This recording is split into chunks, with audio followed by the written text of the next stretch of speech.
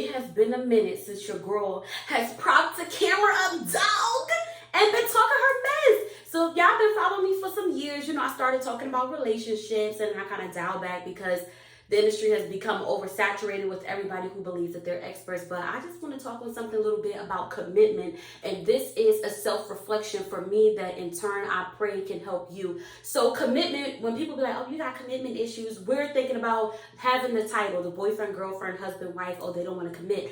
But when you commit to something, you are dedicated to a cause by definition. When you are committed to something, there are restrictions and guidelines because you are doing these actions to zero in and focus on this thing. You are going to see it all the way through. The same effort that we put in to learn a skill on YouTube, we're trying to learn how to do a job so we can get paid. We're looking up different topics that hold our interest, and we are dedicated and committed to learning this thing. Whether you're trying to learn hair, nails, learn how to wrap cars, learn how to mix and master music, we are committed to these goals. That same effort and energy that we put into learning things should be the same effort and energy that we put into relationships.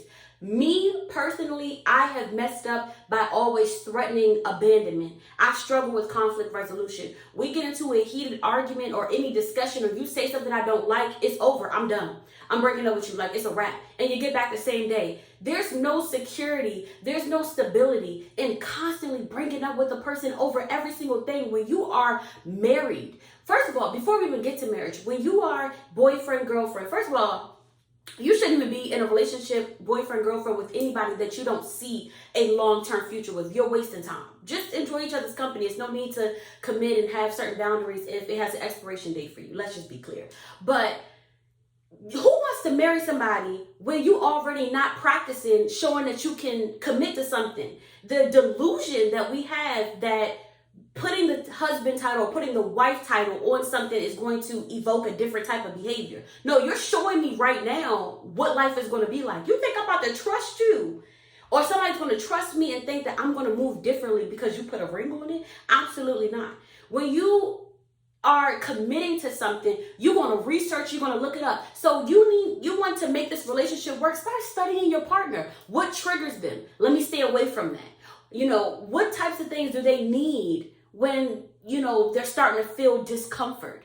Let me study that. Let me make sure I can play a good defense so I'm not upsetting them. How can I be a better wife? It's books on it. It's videos on it. It's movies on it. It's articles on it. How can I be a better husband? How can I be a better girlfriend? How can I endure a relationship with someone that's going through depression? All the information, all the answers is out there, but we're not really committed to that. I am a firm believer, call me crazy, but if you have respect for a person, it trumps love, honestly. When you have true respect for a person, I feel like y'all can make it work through anything. And a lot of times we be having backup options, people on the side, well, I ain't got to deal with this. I don't got to put up with this. We all know ain't nothing out there. Okay, so if you got somebody that genuinely respects you and loves you, and there's a common interest in there, and y'all both are committed or both want each other, put that effort in and make it happen. Stop waiting out and holding out. Oh, I'm scared.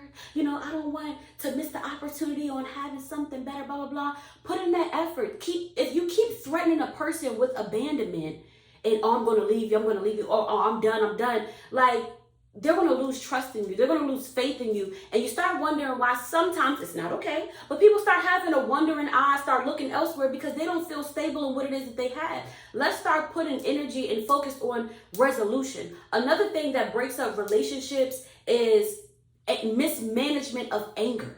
And